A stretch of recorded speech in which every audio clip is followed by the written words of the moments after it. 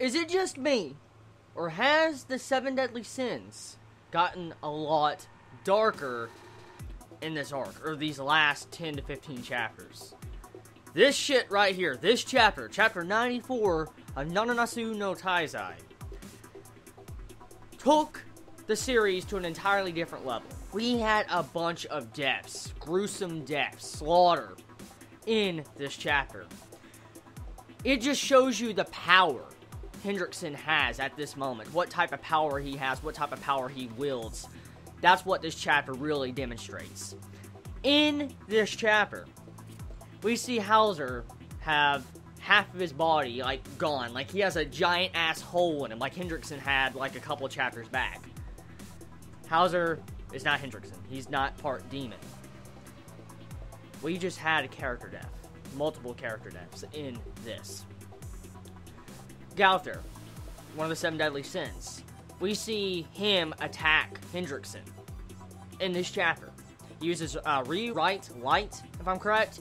And when he attacks Hendrickson, Hendrickson knocks his head off. Look at the chapter closely, and you'll see Gauther's head fly off his shoulders and hit way off. I don't know if it's completely disconnected. I don't know if Gauther is still alive or not. But from that scene, it looks like one of our sins died. We have seen Gauther heal before. You know, heal his neck when his neck was broken. So we don't really know the full extent of Gauther's powers. We don't know if he can heal something like that. But from this point, from this chapter, what we know of, if I'm correct, he is dead. Because his body didn't fly. His head flew off his shoulders. Because you'll see his body still there as you see Hendrickson, like, freaking cutting his head off. And you'll see his head fly and bounce. So, we had Hauser, Gauther, and most likely Bond could be dead, too. And then you have the entire bit with the ending of this with Veronica popping up. Okay, before I even get into Veronica, let's just talk about the chapter, okay? I'll talk about Veronica in a minute. This chapter, really, just goes to show you why Taizai is greatness. What makes this series so fucking badass, and why I'm enjoying it weekly. You see Hendrickson kicking all the sins' ass. Like, he is soloing everybody. He solos the entire army of Holy Knights by himself. He takes everything to the fucking face. Even Meliodas took the Emperor's Roar, you know, the slice that Gilfunder uses, and he actually took some form of damage. Hendrickson walks out of it like, What, bro? What the fuck? Yeah, you think you can hurt me? He acted like nothing hurt him, and he got attacked by everybody. And it didn't even leave a mark on him, not even a fucking scratch. That is how strong Hendrickson is currently at the moment, in a power standpoint. No fucking Holy Knight can damage him. No Holy Knight. You saw Gauther get his fucking head cleaved off, okay? Bond just got fucking imploded right last chapter, like, fucking touch, and you see his legs just fall over. And then you have Meliodas, you know, try to attack him, and he can't even pierce his freaking chest, and he just gets slung back and kicked to the side like it's nothing.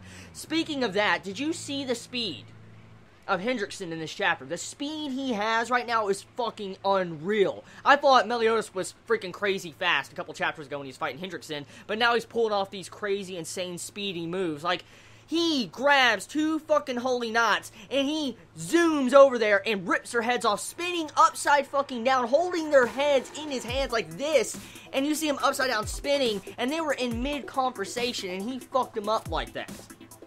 My god, I'm not gonna lie here, I'm getting some Berserk vibes from this chapter. I'm not joking, I've had a lot of Berserk vibes recently since, you know, all the demons have been popping up in this arc. I'm getting a lot of Berserk vibes, because the way it was just shown in this chapter, when the heads just go flying, you see the freaking Hendrickson just holding heads, it's like, what the fuck? Wow. So, this pretty much confirms that most likely Hendrickson is no longer there, because he did not speak at all in this chapter, at all. Either he has a different mindset, either he thinks he's so powerful now that he doesn't want to talk to lesser beings since they're, like, inferior to him, or a demon has took control of his body, like I theorized last chapter. But either way, what I noticed from this chapter specifically was the certain powers Hendrickson was using, or the Gray Demon Hendrickson. I don't know what we should call him at the moment, but Demonic Hendrickson. pretty much, he was using nothing but ice moves. He used, like, Blizzard, XL, and he used, Dark Snow. So he's using a lot of ice abilities. This entire chapter, he showcases ice abilities, quick speed, and he's just incredibly resilient when it comes to different people attacking him. Like, you know, Meliodas couldn't even pierce his skin, so it just shows you how strong his skin is or at what type of level he's at. And that makes me fear, what the fuck is the Grey Demon? Like, what is stronger than the Grey Demon? Because there has to be something stronger than the Grey Demon for it to be dead. Like, the Grey Demon fucking died. What killed that Grey Demon and left a mark on its freaking body when you can't even put a mark on Hendrickson's body? Whatever put that, like, slash wound on the Grey Demon's corpse, they need to find that weapon or find that person and take him down, because clearly all different options are not working. The only way I could see the Sins and the Holy Knights winning at this moment is by having Meliodas transform into his demonic mode. That's the only thing I could say that could win at this moment. But even then, Meliodas, I don't think, can really control his demonic power. So, yeah, that's up in the air right now. We don't really know. Now, so besides that, I do want to talk about something very interesting. Veronica is alive. That shouldn't be possible. That shouldn't be going on. You probably all remember why. Veronica died. Died in the arms of Elizabeth. For instance, you saw her die. You had Grimoire pick her up, and he buried her way far off in the distance where, you know, when she was a child playing with Elizabeth. She got buried. How the fuck is she there? How the hell? I mean, like, she's way off in, like, the wilderness, some different land. We saw mountains and forests in the background where she was sitting, so we don't technically know where it's at. She's definitely not in the kingdom, but she's alive. Why the fuck, or how the fuck is she alive? Is that a spirit or not? The reason what makes me think she's not a spirit, though, is because you see crutches. You see crutches that is beside her. If you look at the picture, you'll see crutches, and if you look at her wounds, her legs are injured. So, after I saw that entire, you know, panel, I had to go back and look at the manga to see exactly what the fuck's going on here. Like, was there any hints that she might be alive? I looked it up, and pretty much, yeah, she fucking died. She died in the arms of Elizabeth. She stopped breathing and everything. You saw Grimoire get scream and all that, say no, and then he went off to bury her. So, with that aspect, how did she live? And also, from what killed her, her legs got blown up. If you look at the past chapters, I think it's chapter 46 or 47. Look at those chapters, you'll see how she walks on a mine, like a dark mine, and it blows up her legs, pretty much. It makes them, like, really black and, like, you know, her legs are charred. So, yeah, it's obvious why she has crutches, so you can't obviously say she's a ghost because she has crutches. So, how is she alive? That's the big question we gotta wonder right now. And there's another interesting piece of dialogue she stated at the end of this chapter that raises a lot of questions. A lot of questions. Elizabeth is a unique existence. So, you're telling me our damsel in distress, Elizabeth, technically, has major importance. She's just not just a princess that's always in trouble. She actually has some form of importance. Most likely, she could be part of the goddess clan or the demon clan. I want to call it right now. I want to say Elizabeth, since she has a unique existence, what if she has demonic blood and the goddess blood, like the goddess clan and the demonic, like demon clan blood inside of her? Wouldn't that be a unique existence if you think about it? But, very interesting. So, Elizabeth has a bigger role to play, and Hendrickson still has his eyes pointed at Elizabeth in this chapter. He clearly wanted to get Elizabeth in this chapter, and you saw Meliodas say stop him and all that. He's going after Elizabeth. So, yeah. Hendrickson still has some form of thinking process. We also can understand that in this chapter. So, he's not completely insane. He's not retarded. He just refuses to talk. And that is what's got me worried. Why does he refuse to talk? Is that him, or is that the demon?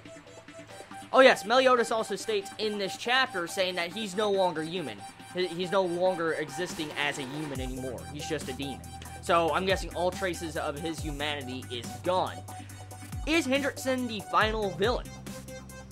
Honestly, is he the final villain, or once again, he's going to still retain as an underling and someone else is still manipulating him behind the scenes? That's the big question we got to ask right now. Overall, chapter was fucking brutal, amazing. Can't believe how epic this chapter was. I'm very sad Hauser died. I mean, it's pretty obvious he fucking died. He has a hole, he's bleeding, he's unconscious. You see a bunch of his subordinates on the side of him, pretty much. you know, wounded and dead. You see, like, one dude that's sitting up against a rock wall and his, like, entire upper half of his body is gone. Just completely cleaved gone because of the freaking explosion. So, we had a death this chapter. Actually, we had multiple deaths this chapter. Hopefully, Gowther isn't dead. That's my biggest concern. I like Hauser. I do like Hauser a lot. But if I had to weigh the two I don't want to die, I would say I don't want Gowther to die. That's the only one I don't want to die, besides Hauser. But I do want Hauser to live too, if they can both live. Either way, go give this chapter a read if you get to read it. It was fucking amazing. I want to give this chapter a 9.5 out of 10 because it definitely, once again, it proved that Nanatsu no Taizai has some dark themes and it can definitely be greatness every fucking week. So tell me your thoughts. Love you all so much. You have a wonderful day or night wherever you live. Please be safe. Chibi out.